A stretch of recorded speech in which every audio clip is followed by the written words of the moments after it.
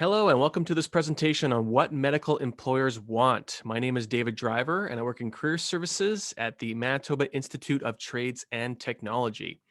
So, before we begin, a little bit of information of where we got this data, this information. At MITT, our biggest priority is to make sure that our students get some form of industry engagement when they're at MITT.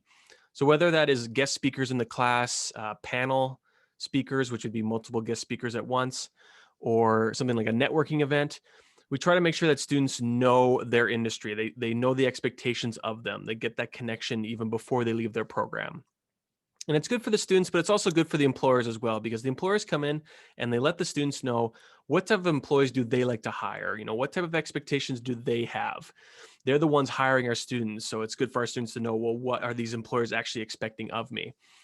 So for this presentation specifically, we did pull data from our medical programs, which is rehab assistant, healthcare aid unit clerk, medical office assistant, and pharmacy technician. I personally have been in charge of doing those industry engagement events since 2017. So in this presentation, what I've done is just taken all that data, those past 3 or 4 years, and just put it all into one big spot for your viewer here today. So what I want to talk about in this presentation specifically, what work skills do employers value the most? And work skills, for those who may not know, that's how we term our employability skills, our essential skills. It's the MITT work skills. So these are apart from your technical ability, your technical skills, things that you're learning specifically in your program. It's really your personality traits, your essential skills, things like that. So we'll talk about what do medical employers look for in those types of qualities.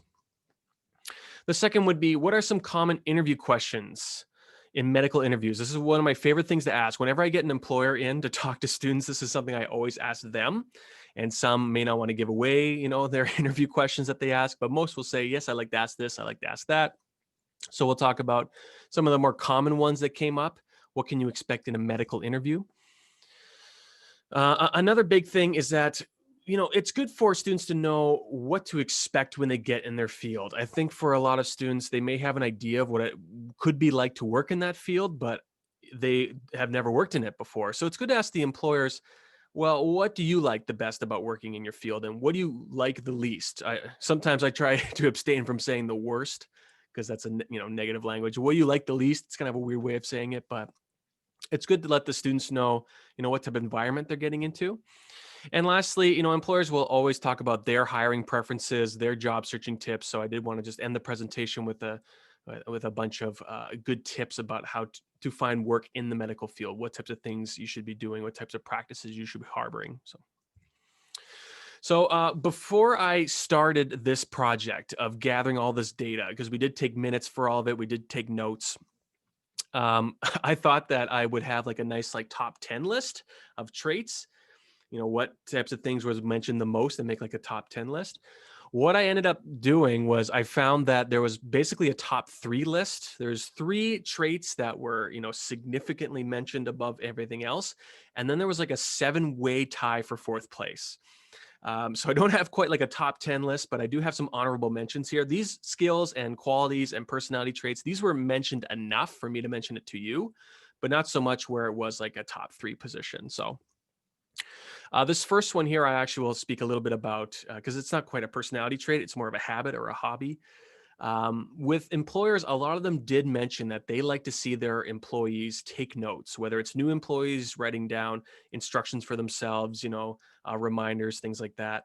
Or if an employer is teaching an employee something new, like a new process, a new procedure, a new computer program, for example, they like to see the employee actually writing down notes for themselves. Basically, it just reassures the employer that, yes, you are internalizing this information. You are going to remember it. It just convinces them of that. So a lot of employers did actually mention that they like when employees do that. So if that's something that you don't do, you've never thought of it before, either having like a physical book to write notes in, or actually to, take your phone and jot down notes to yourself, or even record your own voice, talking about how to do this procedure, is something that employers actually really enjoyed. So the rest are more or less, self-explanatory. There's problem solving, teamwork. Again, it depends on how big or small your team is, because you could be working in a large facility, a small facility. Teamwork was mentioned a few times.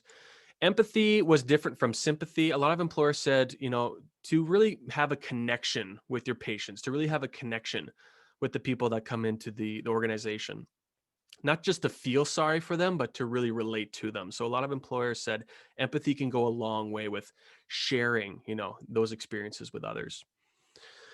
Communication, and it really was up and down with different employers, because some employers said, when they're organizing themselves or when they're running, their daily tasks, sometimes it was more written communication than verbal communication.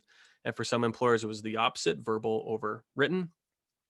But communication did come up a few times. And lastly, adaptability. Again, in the COVID times that we are now currently experiencing, this is something that's really been pushed to the forefront. I think a lot of people are really focusing on how they adapt to change, new procedures, things like that. And a lot of employers said that if there's a new procedure, don't be bullheaded, don't be resisting to change. Do your best to try to adapt the best you can to new situations. So those are the honorable mentions. These are all basically fourth place in our statistics.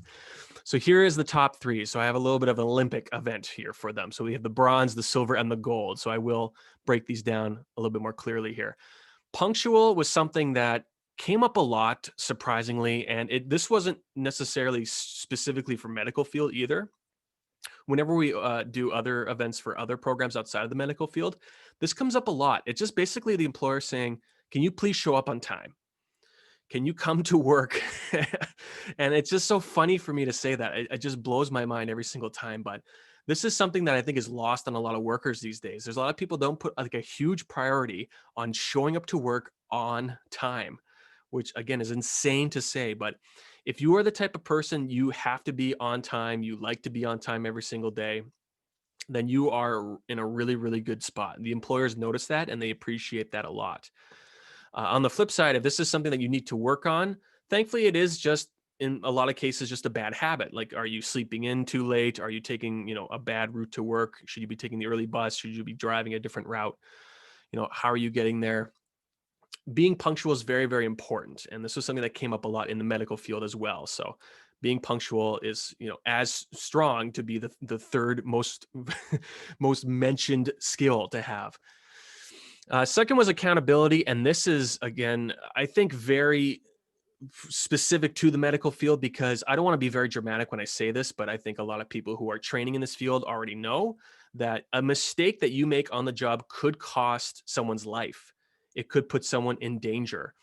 So that's where employers are saying that you really need to be very careful on the job. But they also went a bit further and said, we aren't expecting people to be perfect. When it comes to certain situations, there's a lot of fail safes in place to make sure that, you're not risking anybody, you're not putting anybody in harm. So it's okay to make mistakes here and there with other issues. But the employer is saying that don't make the same mistake over and over and over again. We firstly want someone to actually own up to a mistake. If you make a mistake, it takes a lot of courage to say, yes, I made a mistake. Not a lot of people can do that. A lot of people might say, oh no, they'll blame somebody else, or, they'll deny it, or, they'll sweep it under the rug. It wasn't them, right? But a lot of employers said, we want someone who can own up to a mistake, but also, can you learn from that mistake? It's okay to make a mistake once, as long as you learn from it, as long as you don't do it again. So that was a value that a lot of employers said, this is what we're looking for in somebody, someone who can own up to mistakes, but also learn from their mistakes as well. A lot of great accountability. And the gold placed finish here, the most mentioned, frequently mentioned personality trait, work skill, was initiative. Employers basically said that the working environments that they are in are very, very busy. And your boss, your employer, your supervisor usually doesn't have time to hover over you and make sure that you are working as hard as you can, that you are, helping out others if you have any spare time to, introduce new initiatives, or to streamline a procedure to make things, go quickly. The employer doesn't want to hang over you and make sure that you're doing a good job. They want to put that trust in you that you have the initiative to do a good job. So that was the most valuable personality trait that medical field employers were looking for, was initiative. So if we were going to say what the top three would be, it would be this, just based on the data that we have and the frequency of the skills. Now, these are the MITT work skills officially. These are the 6 skills. I won't go into too much detail because current students are very familiar with this already. They're going through this training with us. again, just very briefly, the MITT Work Skills, it's 4 mandatory in-class sessions to help students with their employability skills to make sure that they are, in a great position to find work after their program is over. So that includes resumes, interview, job searching skills, those types of things, but also includes this, working on these types of traits. So for the medical field, again, all 6 of these are important, globally across the board, what employers are looking for. But again, in this data, what we're seeing is that these 2 skills right here are the most important. You really need to work on your professionalism, which harbors the accountability and the punctuality and those types of things. But of course, initiative was the number 1 there. So this is something that if employers are looking for anything specifically, it's these 2 skills above the 6. But again, all 6 are important. But if we were going to pinpoint out for the medical field, which 2 are the most important, it would be these 2. So this is my favorite question to ask for employers. What is the interview questions you love to ask? So there were some common ones that I did want to mention here. Number 1 was, why have you chosen this field? For a lot of medical employers, I think they want to know, well, what's your story leading up to wanting to get a job here? Why do you want to get into this field? Do you have any passion and excitement or enthusiasm? Do you have a story? Is this something that you wanted to do for a long time? Is this something that, you're changing careers and getting into? Is there somebody that you know who is already in the medical field? What's inspiring you to take this path? I think a lot of employers just want to know, what is going to get you excited to be here every day? Why do you want to succeed in this field? They want to hear that story, basically. Number 2 is, tell me a time when you didn't see eye to eye with a coworker. What did you do about it? Again, this just goes back to the fact that employers aren't going to be hovering over their employees a lot. So if you are finding that you can't work, efficiently with a coworker, you have difficulties with a coworker, the employer is wanting to know, to trust you that you can go to that coworker and sort out your issues, sort out your differences, sort out the problems before going to them, right? They'll be happy to fix issues if you attempt to do so first. But when they ask a question like this, they want to know, if you ever, find yourself at odds with a coworker, can you go and fix the problem yourself before coming to me and escalating the problem? This one seems to be, a lot of a lot of students might be like, well, this isn't an important question. This is like a fluffy question, like just a, how are you, getting to know you. But a lot of employers said, not only do I want to hire you as an employee, a lot of the times I'm hiring like a friend in some ways. And that might be really cheesy to say, but you will be hanging out with these people. Your coworkers, you might see your coworkers more than your friends, than your family members sometimes. You'll be spending a lot of time with them. The employer just wants to know, do we have some similar interests? Do we, mesh in the same levels? And a lot of employers said that, judging by your hobbies just very, very loosely, you could tell a lot from a person just by what hobbies they have. So if someone owns a pet, then maybe you can assume some qualities of that person. They're maybe very responsible. If somebody likes to exercise, or that person has drive, they have ambition, they can set goals, just very stereotypical things like that. Positive stereotypes anyway. So it's good to, tell the employer about your hobbies, not only to kind of relate to them on a personal level, but also to know a little bit more about your personality. They want to know who you are as a person. So. This one might be self-explanatory. Very likely you are going into a stressful environment. There can be opportunities where you will be, stressed out occasionally, if not frequently. So the employer just wants to know, again, how do you handle your stresses? If you're having a bad day, or if a patient, puts you in a bad mood, what is your practices to, relieving your stress, whether it's on the job, outside of the job? What are some of the more productive ways to do that? This is very similar to coworker, tell me a time you dealt with a difficult person, except this is more so focused on clients and patients and customers and things like that. So if someone's coming in and they're giving you a difficult time, what is your procedure to helping that person? Again, the employer wants to know, I can't be there all the time. I can't be hovering over you and babysitting. I can trust that you can kind of de-escalate situations on your own, that you know how to interact with people, how to solve problems that way. So they want to know your procedures there. And lastly, what did you do to prepare for this interview? I think a lot of interviewers, they want to know, again, sort of with the first question on this slide here, actually, what is your passion? What's your excitement? What's your enthusiasm? But employers might want to take that a step further and say, well, you could have applied to 20 different hospitals. You could apply to 30 different walk-in clinics, right? Whatever environment that you're going into, pharmacies, you could apply to 50 different pharmacies. Why did you choose us? What did you do to prepare for this interview? Did you research us? Did you look us up? They want to know what brought you to them specifically, not just the field in general, but to their work environment specifically. And a lot of people may not think about that being important, but the employer wants to know, why our pharmacy? Why our hospital? Why our walk-in clinic?